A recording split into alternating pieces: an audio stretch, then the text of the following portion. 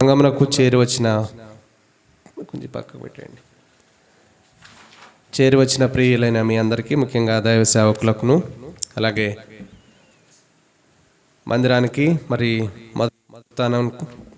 మొదటి పునరుత్థానమునకు ఇచ్చేసిన ప్రియులైన మీ అందరికీ, అలాగే యూట్యూబ్లో వీక్షిస్తున్న వారికి కూడా నా వందనములు ముందుగా తెలియజేస్తున్నాను. పరిశుద్ధ గ్రంథంలో నుండి వాక్య భాగాన్ని చదువుకొని మనలను మనము పరీక్షించుకొని బలలో చేయడానికి సిద్ధపడదాం. కొరింథీయులకు రాసిన మొదటి పత్రిక 11వ అధ్యాయము. కొరింథీయులకు రాసిన మొదటి పత్రిక 11వ అధ్యాయము 23 నుంచి 31 వరకు మార్చి చదువుకుందాం. మొదటి కొరింథీ 11, 23 నుంచి 31 వరకు మార్చి చదువుకుందాం. నేను మీకు అప్పగించిన దాన్ని ప్రభు వలన పొందితిని. ప్రభువైన యేసు తాను అప్పగింపబడిన రాత్రి ఒక రొట్టెని ఎత్తుకొని కృతజ్ఞతాస్తుతులు చెల్లించి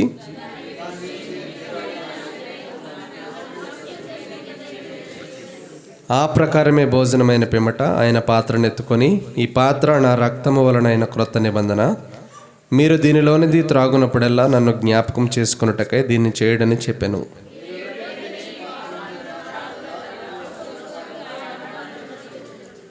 కాబట్టి ఎవడు అయోగ్యంగా ప్రభు యొక్క రొట్టెను తినునో లేక ఆయన పాత్రలోనిది త్రాగునో వాడు ప్రభు యొక్క శరీరమును గూర్చియు రక్తమును గూర్చియు అపరాధి అగును.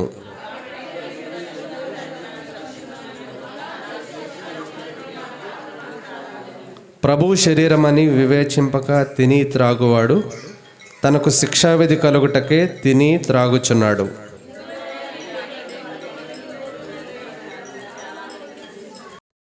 అయితే ఈ వచనం అందరం చదువుదాం. అయితే ప్రభు యొక్క బలలో చేయబోయే ముందు మనము చదువుకునేటువంటి అంశము లేదా మనకు గుర్తు చేయబడేటువంటి అంశము, దేవుని మహాకృప ద్వారా మరొక నూతన దయా కిరీటాన్ని పొందుకున్నటువంటి మనము ఆయన బలలో చేయి వేయుటకు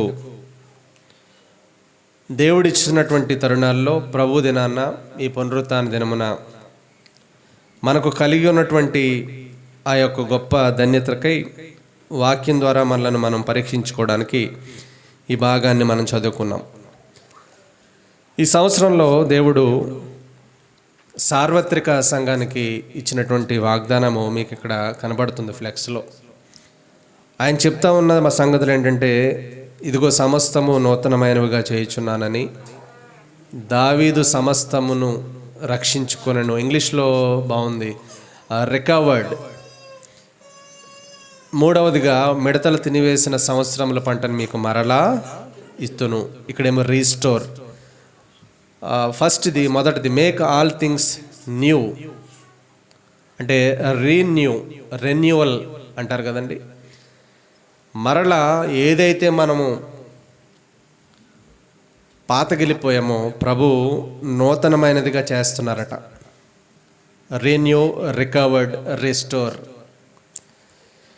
ఇట్టి ధన్యత దేవుడు మరలా మనకు ఒక అవకాశంగా ఇస్తున్నారు. ఈ మధ్యనే మనం న్యూ ఇయర్ వేడుకలు పూర్తి చేసుకుని ఎవరికి ఉన్నటువంటి పరిధిలో వారు కొంతమంది అయితే సంతోషంతో కదండి. ఈ వేడుక చాలా విభిన్న పద్ధతుల్లో జరిగింది. ప్రతి సంవత్సరం లాగానే తిని త్రాగేవారు, అంటే మనం తినట్లేదా అంటే తింటున్నాం, కానీ ఆ రోజు ప్రత్యేకంగా రకరకాల స్పెషల్ డిషెస్తో, అంటే దాన్నే ప్రాధాన్యంగా పెట్టుకున్నవారు. ఇక త్రాగటం అంటారా, అది ఇంటర్నేషనల్ త్రాగుబోతుల దినోత్సవంగా అయిపోయింది December 31. అలాగే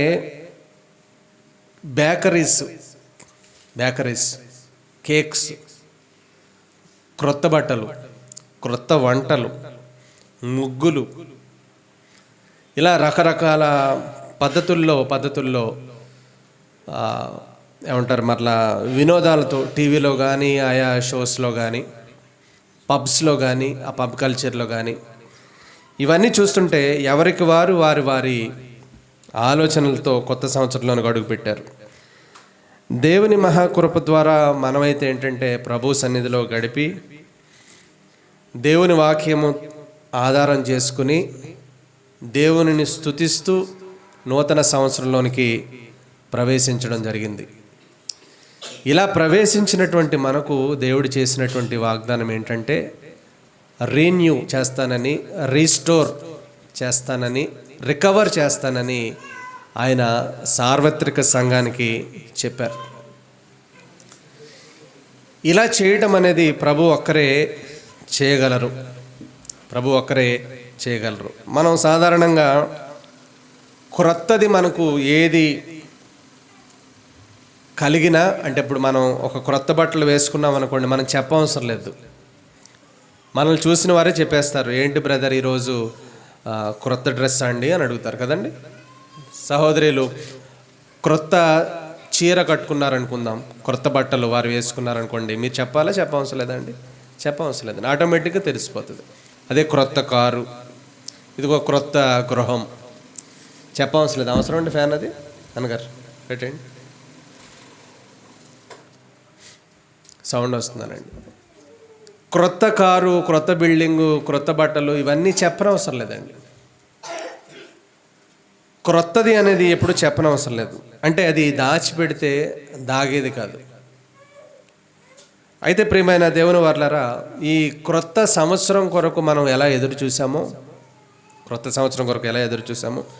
ఎదురు చూడటం అంటే ఈ గడిచే ఈ నెలల్లో మన పరిస్థితి బాగోలేనప్పుడు, మనకున్నటువంటి ఆరోగ్య స్థితి కానివ్వండి, లేదంటే భౌతిక పరమైన ఏ స్థితి అయినా కానివ్వండి, అది బాగోలేనప్పుడు క్రొత్త సంవత్సరంలోనికి మనం ఎంటర్ అవుతున్నప్పుడు మనకు ఒక ఆలోచన వస్తుంది, గడిచిన సంవత్సరం నా విషయంలో ఎందుకో చాలా ఇబ్బంది పడ్డాను, చాలా బాధలు అనుభవించాను. కానీ ఈ నూతన సంవత్సరం అనేది ఒక క్రొత్త సంతోషాన్ని లేదా క్రొత్త ఆశని మనకు పుట్టిస్తుందండి. ఇది ఎంత వాస్తవమో క్రొత్త సంవత్సరం కూడా మన గురించి అలా ఎదురు చూస్తుందట. బాగా వినండి, మనం క్రొత్త సంవత్సరం గురించి ఎలా ఎదురు చూస్తామో అలాగే క్రొత్త సంవత్సరం కూడా మన గురించి, అంటే కాలము మన గురించి కూడా ఎదురు చూస్తుందంట. ఎలాగంటే గడిచిన సంవత్సరాల్లో ఏదైతే మనం కోల్పోయామో తిరిగి మరలా ఈ సంవత్సరం మనం కలిగి ఉంటామా లేదా అని ఆ దేవుడు చూస్తున్నట్లుగా ఆ కాలమును బట్టి మనం గమనించాలి. ప్రియమైన దేవుని వారలారా, మరొక విషయం ఏంటి అని అడిగితే, మనం ధరించే లేదా మనం కలిగి ఉన్న ఏ క్రొత్త వస్తువైనా పాతగిలిపోతుంది కాలంలో మనం ఉన్నప్పుడు. అంతే కదండి. అప్పుడే క్రొత్త సంవత్సరం వచ్చి ఎన్ని రోజులు అయిపోయాయి? 4 రోజులు అయిపోయాయి. ఇది 5వ రోజు. ఇంకొక వారం రోజులు గడిచేటప్పటికి ఇప్పుడున్నటువంటి వాతావరణం అంతా వెళ్ళిపోతుందండి, మరలా పాతబడిపోతాం. అలాగే క్రొత్త బట్టలు, క్రొత్త వస్తువులు, క్రొత్త కారు, క్రొత్త ఇల్లు, ఇవన్నీ కాలంతో పోల్చుకుంటే పాతబడిపోతాయి. కానీ దేవుడు కనుక మనలను నూతన పరిస్తే మనం ఎప్పటికీ పాతబడిన వారుగా ఉండవండి. ఆయన ఉద్దేశం కూడా ఎప్పుడు కూడా క్రొత్తదిగా ఉంచాలని. అందుకే ఈ యొక్క సమయంలో ప్రభు బలలో మనం చేయబోయే ముందు ఆయన ఆలోచనల వైపు మనం వెళదాం. చూడండి, ఒక మాట మీకు చూపిస్తాను. మార్కు సువార్త 5వ అధ్యాయము మీరు గమనించాలి. మార్కు సువార్త 5వ అధ్యాయంలో ఒక చక్కని సంగతి మీరు ఎరుగుదురు అక్కడ, అయినప్పటికీ మరలా నేను చదువుతున్నాను. మార్కు సువార్తలో మొదటి నుంచి చూస్తేనండి, వారా సముద్రమునకు అద్దరినున్న గెరాసేనుల దేశమునకు వచ్చిరి. యేసుక్రీస్తు వారు శిష్యులతో వస్తున్నారు. ఆయన దోణి దిగగానే అపవిత్రాత్మ పట్టిన వాడొకడు సమాధుల్లో నుండి వచ్చి ఆయనకు ఎదురుపడెను. ఒకని గురించి ఆయన యేసుక్రీస్తు వారు బయలుదేరి వస్తున్నారు. ఆ అపవిత్రాత్మ పట్టినవాడు సమాధుల్లో నుండి వచ్చి ఆయనకు ఎదురుపడ్డాడు. వాడు సమాధుల్లో వాసం చేసేవాడు. సంకెళ్లతోనైనను ఎవడును వానిని బంధింపలేకపోయాను. ఎవరి వల్ల కాలేదటండి. ఒకవేళ ట్రై చేస్తే పలుమార్లు వాణ్ణి కాళ్లకు చేతులకు సంకెళ్ళు వేసి బంధించినను వాడు ఆ చేతి సంకెళ్ళు తెంపి కాలి సంకెళ్లను తుత్తునీలుగా చేసిన గనుక ఎవడును వారిని సాధుపరచలేకపోయారు. ఎవరి వల్ల కాలేదటండి ఆ పరిస్థితి నుంచి బయటకు తీసుకురావడం.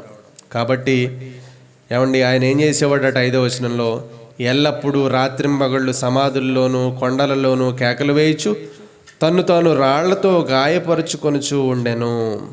తర్వాత యేసుక్రీస్తుని చూశాడు. అతను చూసిన తర్వాత ఏంటి విషయం అని అడిగినప్పుడు, ఎవరు అని అడిగినప్పుడు, నేను ఒకడిని కాదు ఏమండి, మేము ఒక గ్యాంగ్, మేము అనేకులం అని చెప్పాడు, మా పేరు శానా అని చెప్పాడు.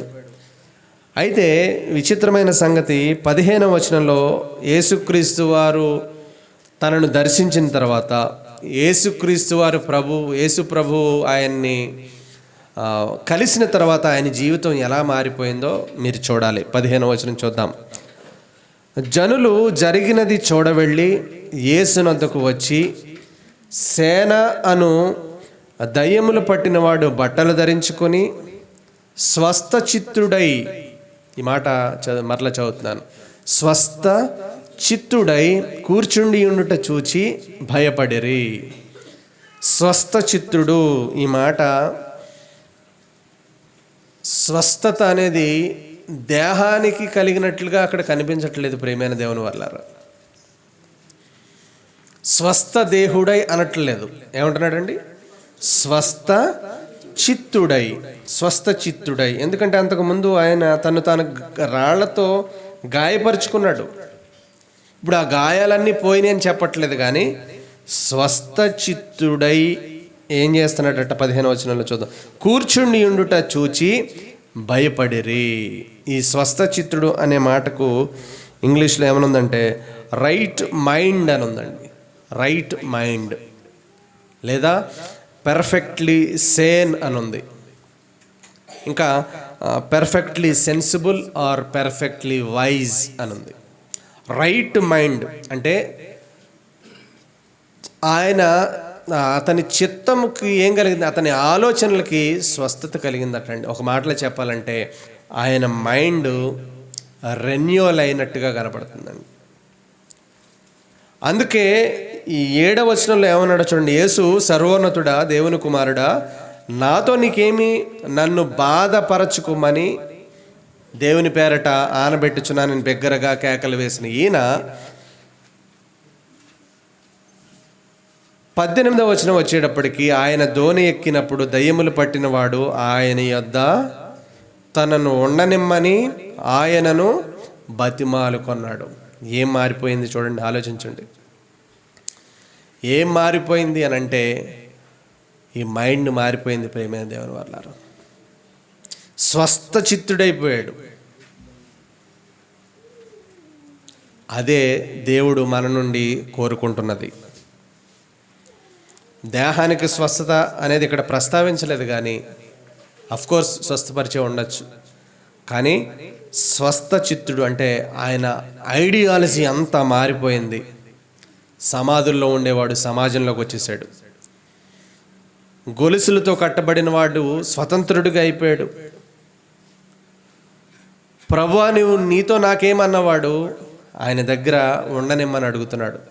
ఇంతకంటే మార్పు ఏం కావాలి? ఇంతకంటే నూతనత్వం మనిషికి ఏం కావాలి? ఆలోచించండి ప్రియమైన దేవుని వారలారా. అందుకే ఈ నూతన సంవత్సరంలో దేవుడు మన నుండి కూడా ఆశించేది ఇదే. హబక్కూకు గ్రంథం 770వ పేజీలో దయచేసి చూడండి. హబక్కూకు గ్రంథము, ఈ మాట మనకు తెలుసు, 3వ అధ్యాయము 2వ వచనం చదవండి ప్రియమైన దేవుని వారలారా. మొదటి మాట కూడా చదువుదాం. ప్రవక్త యగు హబక్కూకు చేసిన ప్రార్థన ఏం చేస్తున్నాడు ఆయన అంటే, అంతకుముందు దేవుని యొక్క దినం గురించి, రాకడ గురించి, ఆ పరిస్థితుల గురించి, అపవాది ఎలాగైతే గుచ్చిలాగుతున్నాడో ఇవన్నీ మొదటి అధ్యాయంలో మనకు కనపడతాయి.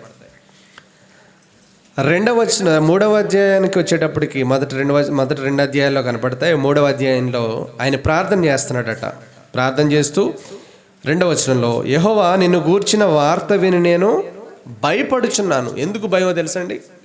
క్రింద, యెహోవా సంవత్సరములు జరుగుచుండగా. మనకు కూడా చాలా జరిగిపోయినాయండి కదండి.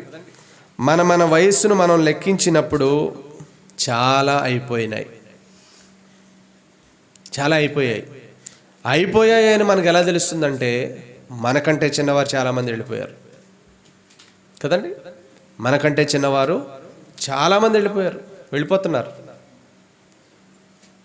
అక్కడక్కడ పెద్ద పెద్ద ఫ్లెక్స్లు చూసినప్పుడు అది హ్యాపీ బర్త్డే తెలియట్లేదు, ఏమండి, వి మిస్ యూ తెలియట్లేదు. చిన్న పిల్లలండి, వారిని చూస్తే అరే అప్పుడేనా అనిపిస్తుంది. మరి దేవుడు ఇంకా ఇంత ఆయుష్ని ఇచ్చేసిన తర్వాత, వీటన్నిటిని అనుభవించిన తర్వాత, ఆ భక్తుడు చేసే ప్రార్థనను మనం మదిలో ఉంచుకోవాలి. సంవత్సరములు జరుగుచుండగా ప్రభువా నీ కార్యములను నూతనపరచుము, సంవత్సరములు జరుగుచుండగా దానిని తెలియజేయము. ప్రభువా నాకు తెలియజేయనైనా, ఎందుకంటే ఇది జరుగుచుండగా తెలియకపోతే ముగింపు వచ్చిన తర్వాత తెలిసినా ఉపయోగం లేదని. ప్రతి సంవత్సరంలాగా ఈ సంవత్సరం కూడా జరుగుతుందనేది మన చేతుల్లో లేదు కదండి. ప్రతి దినములాగే ఈ దినం కూడా జరుగుతుందని మనకు తెలియదు కదండి. రేపేమి సంభవించునో మీకు తెలియదు అన్నాడు దేవుడు. రేపు వచ్చే సంవత్సరం కాదు, రేపేమి సంభవించునో మనకు తెలియదు. అంతెందుకండి, ఈ మరుసటి క్షణంలో మనకేం జరుగుతుందో మనకు తెలుసా? తెలియదండి. తెలియనప్పుడు ఎంత జాగ్రత్తగా ఉండాలి. అందుకే అంటున్నాడు ఆయన, సంవత్సరములు జరుగుచుండగా నాకు తెలియజేయను ఆయన అని బ్రతిమలాడుతున్నాడు అండి. అందుకే మనం కూడా ఆయన్ని అడగాలి. అసలు ప్రభు ఎందుకు రక్షణ ఇచ్చారో కూడా మనం ఒకసారి చూడాలి. ప్రేమైన దేవుని వారలారా, ఒకసారి చూడండి. తీతుకు రాసిన పత్రిక, ఎబ్రీలకు రాసిన పత్రిక ముందుంటుందండి. తీతుకు రాసిన పత్రికలో 198వ పేజీ, క్రొత్త నిబంధన భాగం, 3వ అధ్యాయము 5వ వచనాన్ని చదువుతున్నాను. మనము నీతిని అనుసరించి చేసిన క్రియల మూలముగా కాక. సమాజంలో చాలామంది ఉన్నారు మనకంటే నీతిపరులు, దాన ధర్మాలు చేసేవారు, మనకంటే చాలా చారిటబుల్ ట్రస్టులు పెట్టిన వారు చాలామంది ఉండొచ్చు. అయితే వాటి ద్వారా మనము ఆ లోకాన్ని చేరలేము. దేవుడు ఒక మార్గాన్ని ఏర్పాటు చేశాడు. ఏంటా మార్గము అన్నప్పుడు చూడండి, మనము నీతిని అనుసరించి చేసిన క్రియల మూలముగా కాక తన కనికరము చొప్పుననే పునర్జన్మ సంబంధమైన స్నానము ద్వారా అన్నాడండి. పునర్జన్మ సంబంధమైన స్నానము. ఏంటా పునర్జన్మ సంబంధమైన స్నానము? బాప్తిజమము. మనిషికి పునర్జన్మనిస్తుంది, తిరిగి మరలా నూతన జన్మనిస్తుందటండి. ఎందుకు నూతన జన్మ? చూడండి, పునర్జన్మ సంబంధమైన స్నానము ద్వారాను పరిశుద్ధాత్మ మనకు నూతన స్వభావము కలుగజేయుట ద్వారాను మనలను రక్షించెను. అంటే బాప్తిజమము తీసుకున్న తర్వాత పరిశుద్ధాత్ముడు మనకి ఏమిస్తాడంట?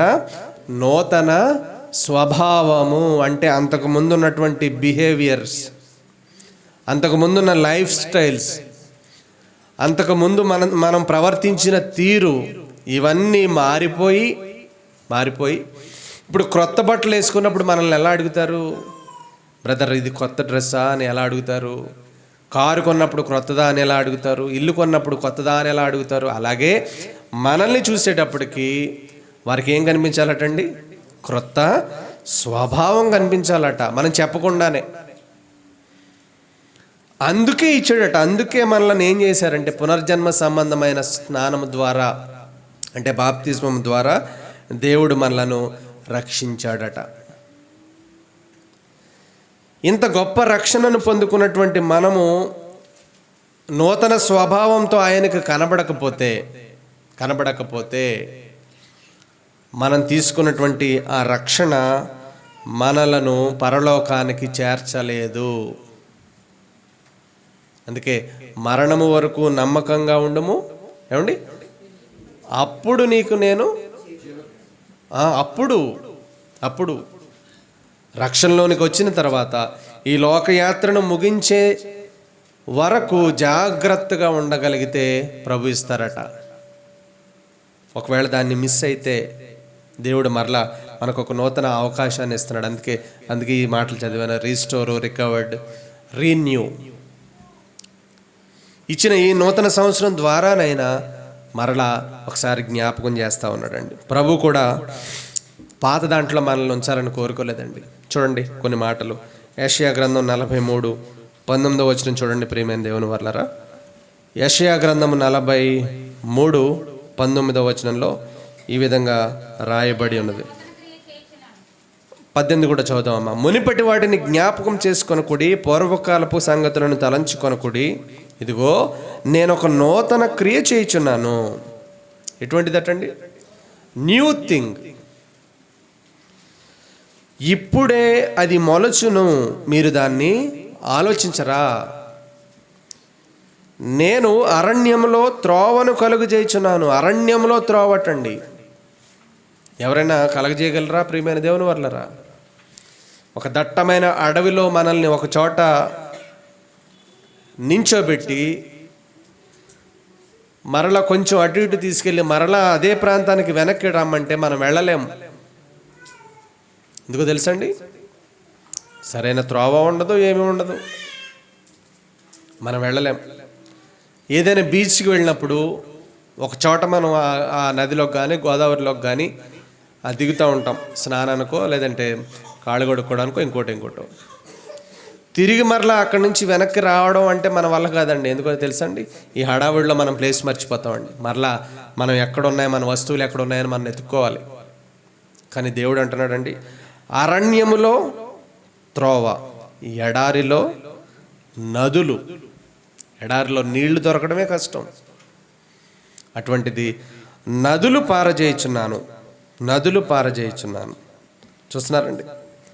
అటువంటి ఆయన చెప్పేది ఏంటంటే, ఇదిగో నేను ఒక నూతన క్రియ చేయుచున్నాను.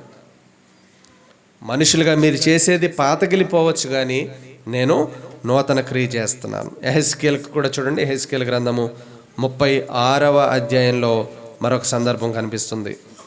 యెహెజ్కేలు గ్రంథం 36, 718 పేజీ 26వ వచనం చూస్తేనండి, నూతన హృదయము మీకు ఇచ్చేదను, నూతన స్వభావము మీకు కలుగజేసేదను, రాతి గుండె మీలో నుండి తీసివేసి మాంసపు గుండెను మీకు ఇచ్చేదను. ఏమంటే మనది మాంసపు గుండె కదా, మాంసంతోనే తయారు చేయబడింది కదా, కానీ మరలా ఇస్తానంటున్నాడు ఏంటి అని అంటే, మన మాంసపు గుండె ఏమైపోయిందటండి? రాయి అయిపోయిందటండి. అంటే మారట్లేదు, చలనం లేదు దానికి. వాత వేయబడిన మనస్సాక్షి అని ఉంటుందండి. వాత వేసేసారు మనస్సాక్షికి, ఇంకా ఏం వేసినా దానికి ఇంకా నొప్పి తెలియదు. కాలిన గాయాలతో ఉన్నవారికి అక్కడ ఉండేటువంటి సెన్సిటివిటీ పోతుందండి, అక్కడ ఉండేటువంటి స్పర్శ పోతుంది, చర్మం స్పందించదు. అలాగే మనస్సాక్షి కూడా స్పందించట్లేదంట. ఇక్కడ గుండె కూడా స్వభావం కూడా పనిచేయట్లేదు సరిగ్గా, హృదయం కూడా పనిచేయట్లా. అందుకే అంటున్నాడు ఆయన, నూతన హృదయాన్ని మీకు ఇచ్చేదను, నూతన స్వభావాన్ని మీకు కలుగజేసేదను. ఇందులోనే ఇదే యెహెజ్కేలు గ్రంథంలో 11వ అధ్యాయం కూడా చూడండి అమ్మా. 11, 19 చూద్దామండి. యెహెజ్కేలు గ్రంథము 11వ అధ్యాయము 19వ వచనం. వారు నా కట్టడలను నా విధులను అనుసరించి గైకొన్నట్లు, హమ్మింగ్ వస్తుంది చూడమ్మా, గైకొన్నట్లు నేను వారి శరీరంలో నుండి రాతి గుండెను తీసివేసి వారికి మాంసపు గుండెని ఇచ్చి వారికి ఏక మనస్సు కలుగజేసి వారి యందు నూతన ఆత్మ పుట్టింతును. చాలమ్మా. నూతన ఆత్మ మనకు అనిపిస్తూ ఉంటుంది. ఒకసారి మన భవిష్యత్తు చూసుకున్నప్పుడు, అయ్యో ఒకసారి నేను బాగా చదువుకుని ఉంటే బాగుండేది ఆ రోజుల్లో అని అనిపిస్తుంటుంది కదండి. ఆ రోజుల్లో చదువుకుని ఉంటే ఏదో చక్కని ఉద్యోగం వచ్చును. అప్పట్లో ఉద్యోగాలు చాలా త్వరగా వచ్చేసి ఇప్పుడు ఉన్నటువంటి కాంపిటీషన్ అప్పుడు ఉండేది కాదు కదా. లేదా నేను అలా చేస్తుంటే బాగుండేది, ఇప్పుడు ఇలా ఉండకపోను అని అనిపిస్తూ ఉంటుందండి. కానీ మనం ఏం చేయలేం. కానీ ప్రభు అంటున్నాడు, వాటన్నిటిని నేను తుడిచేస్తాను. మనకు ఆ భయం అవసరం లేదు. చిన్నపిల్లడు చూడండి, పెన్సిల్తో రాసినప్పుడు ఏముంటుంది వాడి దగ్గర? ఎరేజర్ ఉంటుందండి, రబ్బర్ ఉంటుంది చెరుపుకోవడానికి. అదే పెన్తో రాసినప్పుడు ఉంటుందండి. అంటే ఈ మధ్య అయితే వచ్చినాయి పెన్ ఎరేజర్స్. అంటే మనిషి తప్పు చేయడం అలవాటైపోయి ఏం తయారు చేసుకున్నాడు? పెన్నుకు కూడా ఎరేజర్ తయారు చేసుకున్నాడు. కానీ దాన్ని ఇంక పెన్ను పట్టామంటే ఇంకా తప్పు చేయకూడదు అన్న సంగతి మర్చిపోయాడు. అందుకే పెన్సిల్కి ఎరేజర్ ఉంది, పెన్నుకు కూడా ఎరేజర్ వచ్చేసింది. వైట్ మార్క్ ఏముంటుంది, మార్కర్స్, వైట్నర్స్ వచ్చేసాయి. చూసారండి? కానీ తిరిగి మార్చుకోలేనిది ఏదైనా ఉందంటే మన జీవితంలో జరిగిన అంశాలే. అవి పాపాలే కావచ్చు, మరి ఏదైనా కావచ్చు.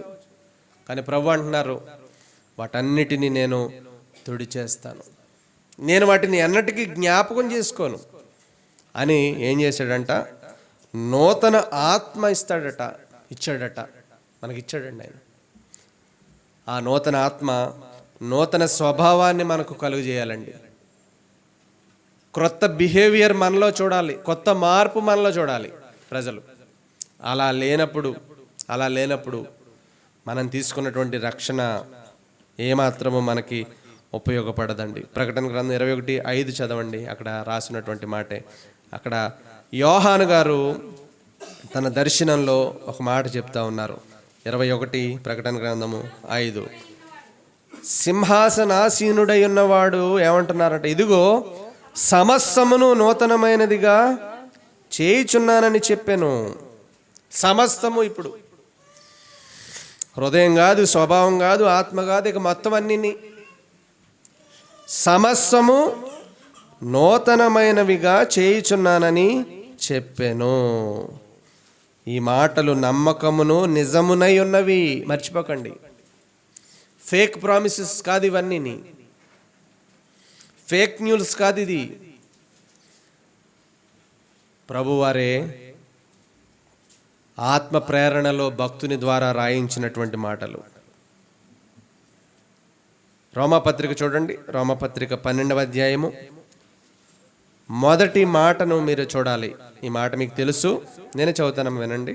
రోమాపత్రిక 12:1. కాబట్టి సహోదరులారా, పరిశుద్ధమును దేవునికి అనుకూలమునైన సజీవ యాగముగా మీ శరీరమును ఆయనకు సమర్పించుకొనుడని దేవుని వాత్సల్యాన్ని బట్టి మిమ్మల్ని బతిమాలుకొనుచున్నాను. ఇట్టి సేవ మీకు యుక్తమైనది అని చెప్పి 2వ వచనంలో ఏమంటున్నారంటేనండి, మీరు ఈ లోక మర్యాదను అనుసరింపక ఉత్తమము, అనుకూలము, సంపూర్ణమునై ఉన్న దేవుని చిత్తమేదో పరీక్షించి తెలుసుకున్నట్లు.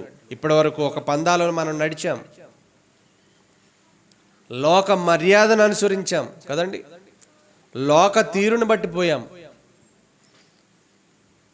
ఆ ఊరి యొక్క ఆచారాలు బట్టి పోయాం. కానీ ఇప్పుడు అంటున్నాడు, దీన్ని అనుసరింపక ఏది బెటర్ అన్నది మీకు తెలుసు అంటున్నాడు. ఉత్తమము, అనుకూలము, సంపూర్ణమై ఉన్న దేవుని చిత్తమేదో పరీక్షించి తెలుసుకున్నట్లు మీ మనస్సు మారి నూతన మగుట వలన రూపాంతరము పొందుడి. ఏమవ్వాలట నూతనము? ఆలోచించండి అమ్మా. ఏమండి? మీ మనస్సు మారి నూతనం అవ్వాలి, మనస్సు క్రొత్తది వచ్చేయాలి. అలా ఉండేటట్టు రూపాంతరము పొందుడి, రూపాంతరం పొందండి. అపోస్తలులు, శిష్యులు ఇవన్నీ చెబుతున్న సంగతులండి. ఇవన్నీ కూడాని వారు ఎలా బ్రతికారు అని అంటే మరొక సందర్భంలో మీకు చూపిస్తాను. కొరింథీయులకు రాసినటువంటి 2వ పత్రిక 4వ అధ్యాయం చూడండి. కొరింథీయులకు రాసిన 2వ పత్రిక 4వ అధ్యాయము 16వ వచనంలో ఈ విధంగా ఉంది, కావున మేము అధైర్యపడము. ఎన్ని కష్టాలు అనుభవించారో వారు, ఎన్ని శ్రమలు అనుభవించారో, ఎన్ని శోధనలు గుండా వెళ్ళారో, అయినా కూడా వారు ఏమంటున్నారంటే, మేము అధైర్యపడము. ఎందుకంట? మా బాహ్య పురుషుడు కృషించుచున్నను, ఆంతర్య పురుషుడు, ఈయనెవరు? లోపల ఉంటాడు, బయటికి కనిపించడు, కానీ మనల్ని నడిపించేవాడు. స్త్రీలలో కూడా, సహోదరుల్లో కూడా ఉండేది ఏమండి ఈ గొప్ప శక్తి ఆత్మ ఆంతర్య పురుషుడు ఏమవుతున్నాడటండి? దినదినము నూతన పరచబడుచున్నాడు. సంవత్సరానికి ఒకసారి కాదు,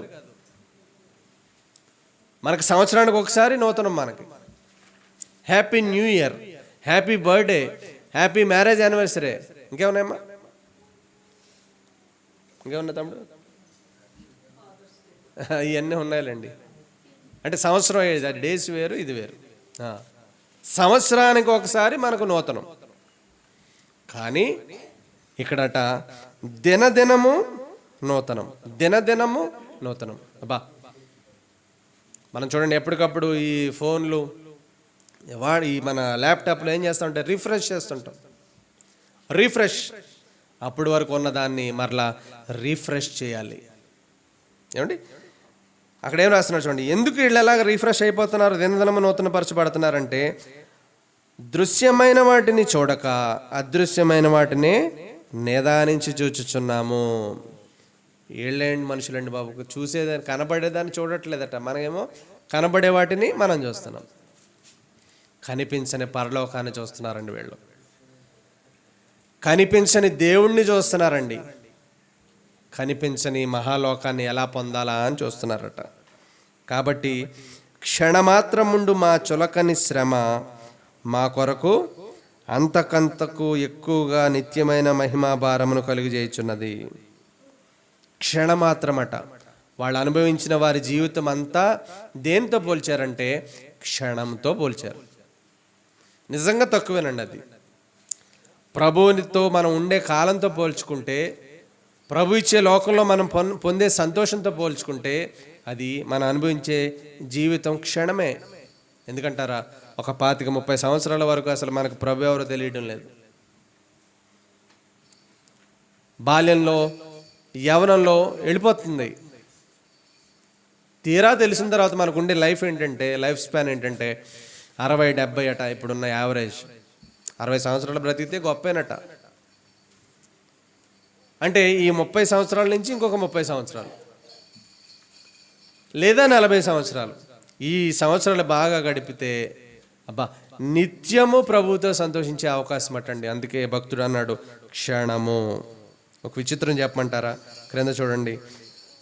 ఏలయనగా దృశ్యమైనవి అనిత్యములు, దృశ్యమైనవి నిత్యం, అదృశ్యమైనవి నిత్యములు. మనం చూసే ప్రతిదీ కూడా టెంపరరీ, మనకు కనిపించనిది పర్మనెంట్. అంటే ఎంత రంగుల లోకంలో మనం ఉన్నామో ఆలోచించాలి. మనకు కనిపించే ఏది ఉండదు, కనిపించని పరలోకం మాత్రం నిత్యము ఉంటుంది. అందుకే దినదినము అంటే బయట బాడీ వీక్ అయిపోతుంది కదండి. వయసు పెరిగే కొద్దీ నడవలేము, చదవలేము, కూర్చోలేము, లేవలేము, పాడలేము. బాడీకి ఉన్నటువంటి నేచర్ అటువంటిది. కానీ లోపల ఉన్నటువంటి ఆంతర్య పురుషుడు దినదినము నూతన పరచు. అది దేవుడు ఉంటే అది సంగతి. అందుకే లోకంలో ఉన్న ప్రతిదీ కూడా ఏమండి వీక్ అయిపోవాలి. అలాగే తిరిగి మరలా బలహీన స్థితిలోనికి వెళ్ళిపోవాలి. ఒక 100-120 కేజీలు ఎత్తినటువంటి బాడీ బిల్డర్ కూడా తన చివరి దశలో ఒక చిన్న స్పూన్ కూడా ఎత్తలేకపోతాడు. ఇది లోకపు నేచర్, ఇది స్వభావం ఇది. కానీ లోపల ఉన్నాడు చూశారు ఆంతర్య పురుషుడు, వాడైతే దినదినము నూతన పరచబడుచున్నాడటండి. ఇంకొక మాట కూడా మీరు చూడాలి ప్రియమైన దేవుని వారలారా. చూడండి దయచేసి. ఫిలిప్పీలకు రాసిన పత్రిక ఇవన్నీ మీకు తెలుసున్నవేనండి, అయినా ఒకసారి చెప్తున్నాను అంతే. ఫిలిప్పీ పత్రిక 1వ అధ్యాయము 3వ వచనం 178వ పేజీ. ఫిలిప్పీ పత్రిక 1వ దినము నుండి అపోస్తలుడైన పౌలు గారు ఫిలిప్పీలో ఉన్న సంఘానికి చెబుతున్నటువంటి సంగతి. 1వ దినము నుండి ఇది వరకు సువార్త విషయంలో మీరు నాతో పాలివారై ఉండుట చూచి, ఆయనతో పాటు ఫిలిప్పీలో ఉన్న సంఘము సువార్త విషయంలో ఆయనతో పాటు పాలివారుగా ఉన్నారట. మా పాస్టర్ గారు చూసుకుంటారులే, ఆయన వదిలేదు. ఆయనతో పాటుగా సువార్త విషయం కాబట్టి వీరు కూడా ఎప్పుడూ వెన్నంటే ఉన్నారటండి. అలా ఉండేదాన్ని ఆయన ఏమన్నాడంటే, ఈ సత్క్రియ, ఇది ఏమండి మంచి క్రియ, సత్క్రియ. ఈ సత్క్రియను ఆరంభించిన వాడు, అంటే స్టార్ట్ చేసిన వాడు, అంటే సువార్తలో సహకారిగా ఉండే సత్క్రియను ప్రారంభించిన వాడు దాన్ని ఎప్పటి వరకు కంటిన్యూ చేయాలంటే, చూడండి, యేసుక్రీస్తు దినము వరకు దానిని కొనసాగించునని రూఢిగా నమ్ముచున్నాను. మనుషులట ఆరంభ సూరులటండి. తెలుసా మీకు? ఆరంభ సూరులటండి. అంటే స్టార్టింగ్ ఎలా ఉంటుందో తెలుసండి మనది? మామూలుగా ఉండదండి, మామూలుగా ఉండదమ్మా మన స్టార్టింగ్. అది ముగింపుకు వచ్చేటప్పటికి అంత ఏదో ఉండదు, మనకి చల్లబడిపోతాం.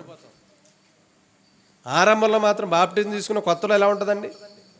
అమ్మ బాబోయ్, మనల్ని అసలు ఎవరో పట్టుకోలేరండి. అదే కాలం గడిచే కొద్దీ, శ్రమలు వచ్చే కొద్దీ, ఇవన్నీ చూసేటప్పటికి అలాగ వెనక్కిపోతుంటామండి. కానీ పౌలు గారి ప్రార్థన ఏంటంటే, ఈ సత్క్రియ ప్రారంభించిన వాడు యేసుక్రీస్తు దినం వరకు దాన్ని కొనసాగించునని నేను నమ్ముచున్నాను. అంతేకాదు, గనుక మీ అందరి నిమిత్తము నేను చేయ ప్రతి ప్రార్థనలో ఎల్లప్పుడూ సంతోషంతో ప్రార్థన చేయొచ్చు. నేను మిమ్మల్ని జ్ఞాపకం చేసుకున్నప్పుడల్లను నా దేవునికి కృతజ్ఞతాస్తుతులు ప్రార్థన చేసి కృతజ్ఞతలు చెల్లించేవాడట. వీళ్ళు ఏర్పాటు చేసుకున్నది ఏమండి చివరి వరకు ఉండాలి నాయన. ఈ ఇంట్రెస్ట్ చివరి వరకు ఉండాలి తండ్రి. ఇదిగో నూతనమైన మందిరం మీకు ఇచ్చారు, చాలా బాగుంది, లైటింగు అండి, మీరు కూర్చునేసి ఇది అబ్బో వండర్ఫుల్ అండి. ఈ ఆరంభ రోజు ఎలాగుందో మిగతా దినాలు కూడా అలాగే ఉండాలని నేను కూడా మీ గురించి ప్రార్థిస్తున్నానండి. ఇది కేవలము ఇక్కడ ఉన్నటువంటి సంఘానికి మనమేదో చేయాలనేటువంటి ఆ దృక్పథంతో కాదు, మనమంతా మనకు అప్పగించినటువంటి ఆ సువార్త భారాన్ని, ఆ సత్క్రియని ఈ ప్రాంతంలో మనం ఒకరితో ఒకరికి సంబంధం లేదు, అయినా కూడా కలిసి ఒక సహవాసంగా ఉన్నామంటే ఆ భారము ఏమండి, ఆ బాధ్యత మనం ఆరంభించిన దినం మొదలుకొని ఏమండి ప్రభు దినం వరకు, అంటే అది ఎప్పుడు ఆయన రాకడ లేదా మన పోకడ, ఈ రెండిట్లో ఏదో ఒకటి కంపల్సరీ జరుగుతుంది. ఈ రెండు ఒకేసారి జరిగిన వాళ్ళు మాత్రం చాలా రేరు. ఎందుకంటే మనం బ్రతికుండగానే ప్రభు దినం వచ్చేసింది అనుకోండి, రెండో ఒకసారి జరుగుతాయి. లేదంటే ఏదో ఒకటి ముందు ఏదో ఒకటి తర్వాత ఉంటుంది. దాని వరకు కొనసాగించాలని పౌలు గారు వారి గురించి ప్రార్థన చేస్తున్నాడండి. అంతేకాదు దావీదు గారు కూడా ఒక మాట చూద్దాం. కీర్తనల గ్రంథము 51 చూడండి ప్రియమైన దేవుని వర్లారు. కీర్తనల గ్రంథం 51 10వ వచనంలో ఏమంటున్నారో చూడండి. అక్కడ, దేవా నా యందు ఏం కలుగజేయాలి? ఈ కీర్తన ఎప్పుడు రాస్తున్నాడు ఆయన అనంటే, బత్షెబాతో ఏమండి జరిగిన సందర్భం తరువాత రాస్తా ఉన్నాడు. ఆయన నలిగిపోయాడు, ఆయన నీరైపోయింది ప్రాణం. ఆ మనుష్యుడవు నీవే అని నాతాను ప్రవక్త చెప్పినప్పుడు తనకున్నటువంటి హోదాను బట్టి నువ్వెవడో చెప్పడానికి అనలేదండి. ఆ మనుష్యుడు నీవే అన్నప్పుడు తల్లడిల్లిపోయాడు, ఆయన తల్లడిల్లిపోయాడు, పరుపు తేలిపోయిందంట ఏడుపుతో. అలాంటప్పుడు ఆయన అంటున్నాడు 10వ వచనంలో, 19వ వచనం చూడండి, నా పాపములకు విముఖుడవు కమ్ము, నా దోషములన్నిటినీ తుడిచివేయి ప్లీజ్ అంటున్నాడండి ఆయన. ఊరియా భార్య యందు తప్ప దావీదు మరలా ఏ తప్పు చేయలేదటండి. ఒక తప్పుకే, ఒక పాపానికే అంతలా నలిగిపోతుంటే మరి మనం ఏంటండి ఎంత దర్జాగా తిరుగుతున్నాం? చూడండి, నా దోషములన్నిటినీ తుడిచివేయము దేవా, నా యందు శుద్ధ హృదయం కలుగజేయము, నా అంతరంగంలో స్థిరమైన మనస్సును నూతనముగా. ఇది నూతనం, సంవత్సరాలు వస్తాయి పోతాయండి. నూతనమైనది ఇక్కడ ఏం కలగాలటండి? నూతనముగా స్థిర మనస్సును నాకు పుట్టించుము తండ్రి అని బ్రతిమాలుతున్నాడు దావీదు గారు. మనకు కూడా ఈ స్థిరమైన ఏముంది అక్కడ 10వ వచనం, స్థిరమైన మనస్సు కావాలి ప్రియమైన దేవుని వారలారా. చంచల మనస్సులు కాదు. చంచల మనసులు ఎటువైపు ఉంటే అటువైపు పోతుంటాయండి. అవునా కదండి? అటు ఇటు పోతుంటాయి. యాకోబు పత్రిక ఒకసారి చూడండి, అక్కడ చక్కని మాట ప్రస్తావించబడింది. 1వ అధ్యాయము 6వ వచనంలో చూస్తే, అయితే అతడు ఏమాత్రము సందేహింపక విశ్వాసంతో అడగాలి. సందేహించువాడు గాలి చేత రేపబడి ఎగురుపడి సముద్ర తరంగాన్ని పోలి ఉంటాడు. అట్టి మనుష్యుడు ద్విమనస్కుడై. ఎన్నున్నాయి ఇంక మనస్సులు? మన సిమ్ముల్లాగా ఎన్నున్నాయండి? డ్యూయల్ సిమ్లాగా, డ్యూయల్ మైండ్స్. అట్టి వాడటండి తన సమస్త కార్యముల యందు అస్థిరుడు. వదిలేశారు మీరు. మా సమస్త మార్గముల యందు అస్థిరుడు గనుక ప్రభు వలన తనకేమైనా దొరుకునని తలంచుకోరాదు. అంటే అస్థిరత్వం ఉంటే, చంచలత్వం ఉంటే మనకి ఏదైనా దొరుకునని అసలు ఆలోచించడమే మానేయండి అన్నాడండి. అందుకే దావీదు గారు స్థిరమైన మనస్సును నూతనముగా పుట్టించు. ముగించుకుందాం. హెబ్రీలకు రాసిన పత్రిక చూడండి, 6వ అధ్యాయము. హెబ్రీలకు రాసిన పత్రిక 6వ అధ్యాయం 202వ పేజీలో నేను చదువుతాను, వినండి అమ్మా. 4వ వచనం నుంచి చదువుతున్నాను. ఒకసారి వెలిగింపబడి పరలోక సంబంధమైన వరమును రుచి చూచి పరిశుద్ధాత్మలో పాలివారై. ఏమా? పరలోక సంబంధమైన వరాన్ని రుచి చూచాం, వెలిగించబడ్డాం, పరిశుద్ధాత్మలో పాలివారయ్యాం. దేవుని దివ్యవాక్యమును, రాబో యుగ సంబంధమైన శక్తుల ప్రభావాన్ని అనుభవించిన తర్వాత ఇప్పుడు క్రొత్త టేస్ట్ వచ్చింది. అంతే కదండి? యుగ సంబంధమైన శక్తుల ప్రభావాన్ని అనుభవించిన చోట ఫుట్ నోట్లో 3 వేసి 3లో క్రింద ఏం రాశాడు? రుచి చూచిన తర్వాత. మనకు క్రొత్త రుచులు కావాలి. ప్రభువుని రుచి చూచిన తర్వాత మరలా లోకశక్తుల ప్రభావాన్ని రుచి చూస్తే అలా తప్పిపోయిన వారు తమ విషయంలో దేవుని కుమారుని మరలా సిలువ వేయచ్చు బాహాటంగా ఆయన్ని అవమానపరుచుచున్నారు కదండి. ఆ ప్యాషన్ ఆఫ్ ది క్రైస్ట్ లేదా సిలువ సన్నివేశాలు చూసినప్పుడు అబ్బా నేను అక్కడ ఉంటే మొత్తం యేసుప్రభుని అసలు సిలువ వేయలేకపోతున్నాను అనుకుంటాం మనం కదండి. ఆపేసి నేను వెళ్ళిపోతున్నాను అనుకుంటాం. కానీ ఇక్కడ అంటున్నాడు ఆయన అది కాదు, అప్పుడు అది జరగడం దైవ చిత్తం. కానీ ఇలా కనుకుంటే బాహాటంగా ఆయన్ని అవమానపరిచి దేవుని కుమారుని మరలా సిలువ వేసి అవమానపరిచేస్తున్నారు కనుక ఏమంటున్నాడంటే మారు మనస్సు పొందునట్లు అట్టి వారిని మరలా నూతనపరచుట అసాధ్యం. దేవునికి అసాధ్యమైనది ఏదైనా ఉందండి? దేవునికి సమస్తము సాధ్యమే. కానీ ఇటువంటి వారిని మాత్రం మరలా నూతనపరచడం అసాధ్యం. It is impossible. బండైపోయింది గుండె, చలనం లేదు.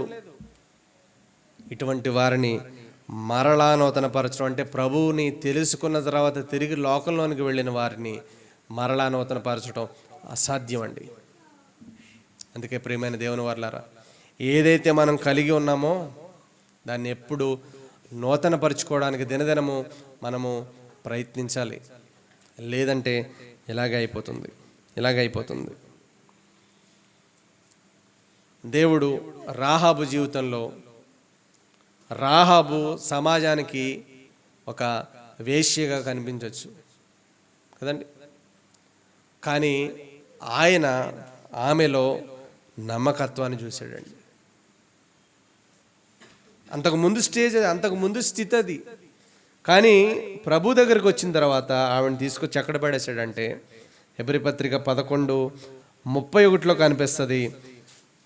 విశ్వాసమును బట్టి రాహాబను వేశ్య వేగులు వారిని సమాధానంగా చేర్చుకొనినందున అవిధేయులతో పాటు నశింపక పోయెను. ఎక్కడ తీసుకొచ్చి పడేశాడు ఆవిడ్ని? విశ్వాస వీరుల జాబితాలో పడేశాడు. అవటానికి ఆమె స్థితి వేరు ప్రారంభంలో, కానీ ఇప్పుడు అలా కాదు, తీసుకొచ్చి విశ్వాస వీరుల జాబితాలో పెట్టాడు. పేతురు గారిని సీమోను పేతురు ప్రారంభంలో ఆయన ధైర్యవంతుడేం కాదు, ప్రతిదానికి భయపడేవాడు. అంటే బైబిల్లో లేదు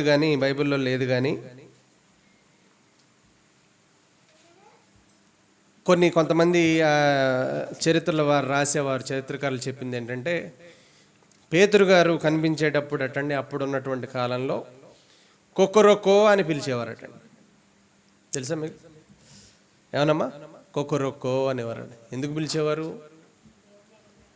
3 సార్లు బొంకాడు కదండి, కోడికు ఇక మునుపు 3 సార్లు బొంకేశాడు కనుక ఆయన్ని గేలి చేసేవారట. సమాజం ఎప్పుడు గేలి చేయడానికి చూస్తుందండి, కానీ ఆయన ఎప్పుడు ఎందుకు ఇలా అంటున్నావని ఎవరిని అనలేదట. తనలో తాను దాని నుంచి ఏమైపోయాడంటే నలిగిపోయేవాడటండి. తాను చేసిన తప్పిదానికి కృంగిపోయేవాడు. పేతురు 3 సార్లే బొంకాడండి, తర్వాత లేదక. మరి మనమైతే అలా కాదు, మనల్ని ఏమనాలి కదండి? ఇది వ్యక్తిగత విమర్శ చేసుకున్నప్పుడు మనకు తెలియాలండి ప్రియమైన దేవుని వారలారా. వెంటనే ఆయన తన జీవితాన్ని, జీవనోపాధిని వదిలేశాడు. మనుషుల పట్టు జాలరుగా అయిపోయాడు. ఆఖరికి సిలువ వేయించుకున్నాడండి. ఆయన సిలువ వేయించుకున్నాడు. సిలువ కూడా ఎలా వేయించుకున్నాడు తెలుసండి? రివర్స్లో. ఇలా కాదు సిలువ, కాళ్ళు పైకి తల కిందకి. ఎందుకు? సిలువ వేయబట్టానికి, యేసుక్రీస్తులా సిలువ వేయబట్టానికి నేను అర్హుని కాదు. ఎంత తగ్గింపండి! ఈ విశ్వాసాన్ని ప్రియమైన దేవుని వారలారా, దేవుడు ఈ నూతన సంవత్సరంలో మన నుంచి కోరుకుంటున్నారండి. కాబట్టి వాక్యాలు ఇవేమి మీకు కొత్త కాదు కదండి, ఇవేం కొత్త కాదు. మనకి చాలామంది ద్వారా చాలా విషయాలు ఇప్పటికే వినేసాం, కానీ ప్రభు మన నుండి కోరేది మాత్రం నూతనత్వం. అది కూడా ఎందులో అన్నది మనం ఇప్పటివరకు విన్నాం. ఈ వచ్చిపోయే వాటిలో నూతనత్వం అనేది టెంపరరీ, కానీ ఏది శాశ్వతమైనదో దానిని గుర్తించి వెదకి మనం తెలుసుకోగలిగితే, ఇదిగో దేవుడు మనకిచ్చినటువంటి ఈ నూతన సంవత్సరం అనేది మనకు ఉపయోగపడుతుందండి. లేదా ఒకసారి చివరికి ఒక మాట చూసుకుని ముగించుకుందాం ప్రియమైన దేవుని వారలారా. లూకా సువార్త 13వ అధ్యాయాన్ని చూడండి, అది చదివి ముగించుకుందాం. ఈ సందర్భం కూడా ప్రతి వాచ్ నైట్ సర్వీస్కి కానీ, న్యూ ఇయర్ ఎంట్రన్స్లో కానీ మీరు చదువుతారు. అది ఉపమానము. ద్రాక్ష తోటలో అంజూరపు చెట్టు. అక్కడ సందర్భం మీకు తెలుసు కదండి. దాని పండ్లు వెదక వచ్చినప్పుడు ఏమీ దొరకలేదు. 3 ఏండ్ల నుండి అంజూరపు చెట్టు పండ్లను వెతుకుచున్నాను కానీ ఏమీ దొరకలేదు. దీన్ని నరికివేయి, దీని వలన ఈ భూమి ఎలా వ్యర్థమైపోవాలని ద్రాక్ష తోటమాలతో చెప్పాడు. అయితే వాడు, ఆ తోటమాలి, నేను దాని చుట్టూ త్రవ్వి ఎరువు వేయమట్టుకు ఈ సంవత్సరం కూడా ఉండనిమ్ము, అది ఫలించినా సరి, లేని ఎడల నరికించి వేయమని అతనితో చెప్పాను. ఈ మాట మనం ప్రభువుని తెలుసున్న దగ్గర నుంచి ఎన్నిసార్లు మీరు చదువుంటారో చెప్పాలి. ఎన్ని వాచ్ నైట్ సర్వీసుల్లో మీరు చూసుంటారు? 3 కంటే ఎక్కువే కదండి, 3 కంటే ఎక్కువే. 2020 నుంచి చెప్పిన 3 దాటేసింది. కానీ మనం బాప్తిజం తీసుకున్న దగ్గర నుంచి ప్రతి సంవత్సరం, వచ్చే సంవత్సరాన్ని మనం ఏమనుకుంటామంటే, గతించిన సంవత్సరాలన్నీ మనల్ని కాపాడాడు, ఈ సంవత్సరం కూడా ఒక అవకాశం ఇస్తున్నాడు అనుకుంటాం.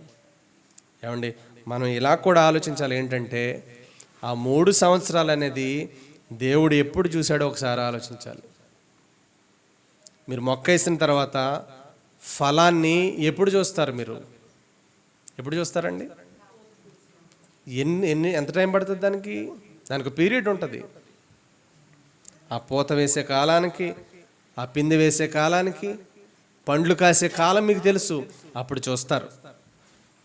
చూసి ఏపుగా పెరుగుతుంది కానీ ఎటువంటి ఉపయోగం లేదనుకోండి, ఏం చేస్తామండి? తీసిపడేస్తారు. అంటే మరి దేవుడు కూడా మన నుండి ఫలమును చూస్తున్నాడు. ఆత్మఫలము కదండి, 9 ఉంటాయి.